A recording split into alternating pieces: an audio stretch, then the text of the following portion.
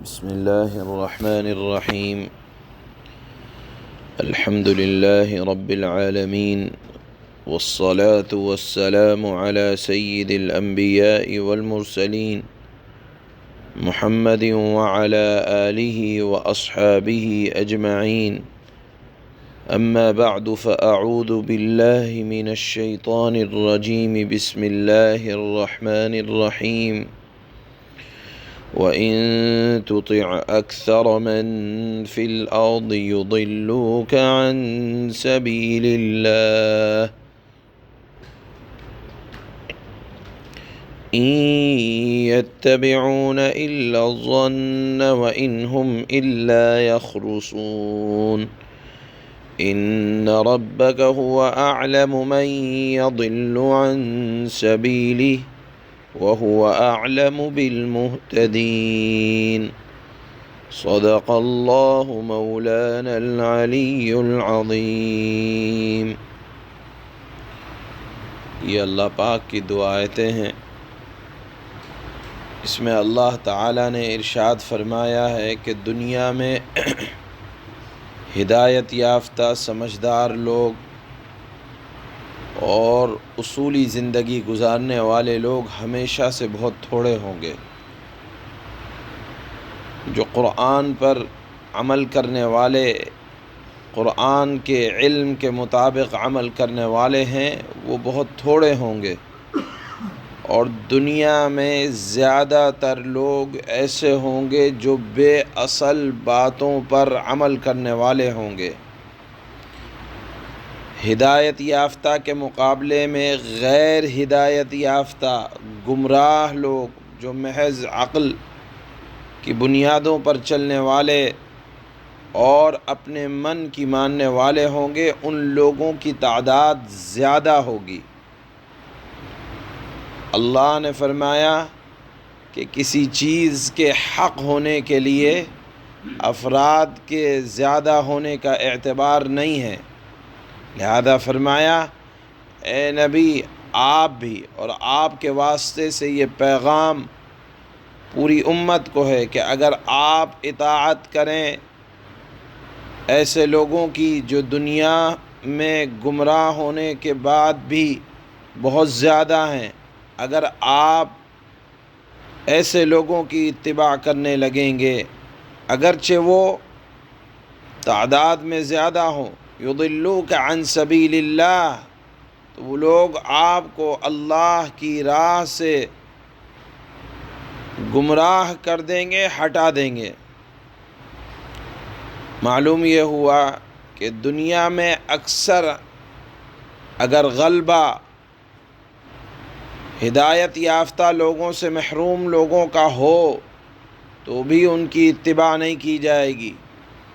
اللہ کے نبی نے اسلام کا تعارف میں ایک بات ارشاد فرمائی: بدأ الاسلام غریبا وسيعود غریبا. اسلام قسم پرسی کے عالم میں ظاہر ہوا تھا اور آخر زمانہ بھی ایسا ہی ہوگا. لہذا ہدایت یافتہ لوگوں کے لیے عبرت ہے کہ اسلام کو مضبوطی سے تھامے رہیں، چاہے اس کے ماننے والے تھوڑے ہوں. یہ کسی مذہب کے ماننے والے کثرت یا قلت، کامیابی کا مدار اس چیز پر نہیں ہے کہ کس مذہب کے ماننے والے زیادہ ہیں یا کم ہیں، بلکہ دیکھا یہ جائے گا کہ کس کا عمل قرآن اور حدیث اور حضرت محمد مصطفیٰ صلی اللہ علیہ وسلم کی زندگی کے مطابق ہے. لہذا فرمایا اللہ نے کہ گمراہ کون ہے، ہدایت یافتہ کون ہے، اس کا معیار اس چیز سے نہ جانچنا کہ زیادہ ماننے والے لوگ کون ہیں. دنیا میں ہمیشہ سے غلبہ گمراہ لوگوں کا ہوگا. اللہ نے یہ بات کھلے طور پر آج کی سورہ انعام کی ان آیات میں ارشاد فرمایا ہے.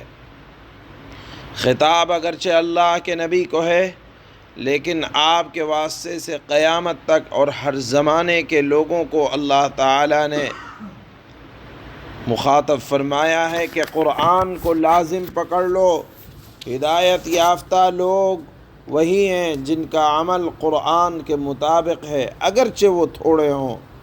لہذا گمراہ اگرچہ تعداد کے اعتبار سے زیادہ ہیں، اسی لیے کہا جاتا ہے کہ اسلام کے اندر جمہوریت کا اعتبار نہیں ہے کہ اگر دنیا میں نافرمان لوگ تعداد میں زیادہ ہو جائیں اور وہ کسی ناحق بات کا اتفاق کر لیں کہ آج سے ایسا ہوگا اور ہم ایسا کریں گے، تو اسلام کے اندر کثرت افراد کا اعتبار نہیں ہے۔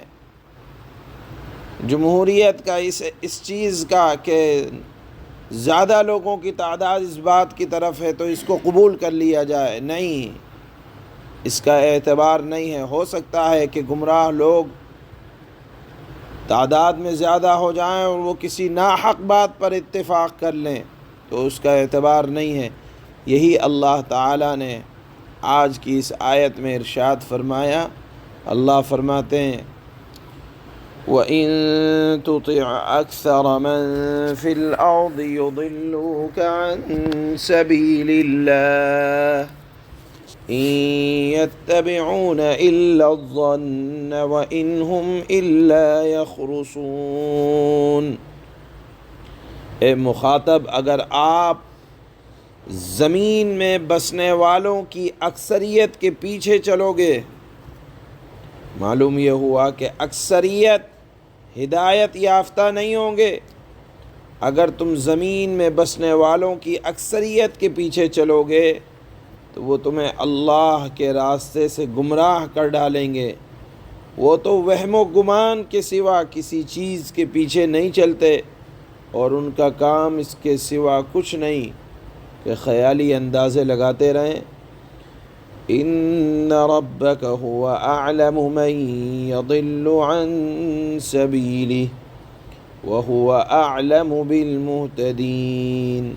یقین رکھو تمہارا رب خوب جانتا ہے کہ کون اپنے راستے سے بھٹک رہا ہے، اور وہی یعنی اللہ ان لوگوں کو خوب جانتا ہے جو صحیح راستے پر ہیں۔ صحیح راستے پر وہی لوگ ہیں جن کا عمل قرآن کے مطابق ہے، جن کی زندگی اللہ کے نبی صلی اللہ علیہ وسلم کی زندگی کے مطابق ہے، اگرچہ تعداد میں کم ہیں لیکن ہدایت یافتہ یہی لوگ ہیں۔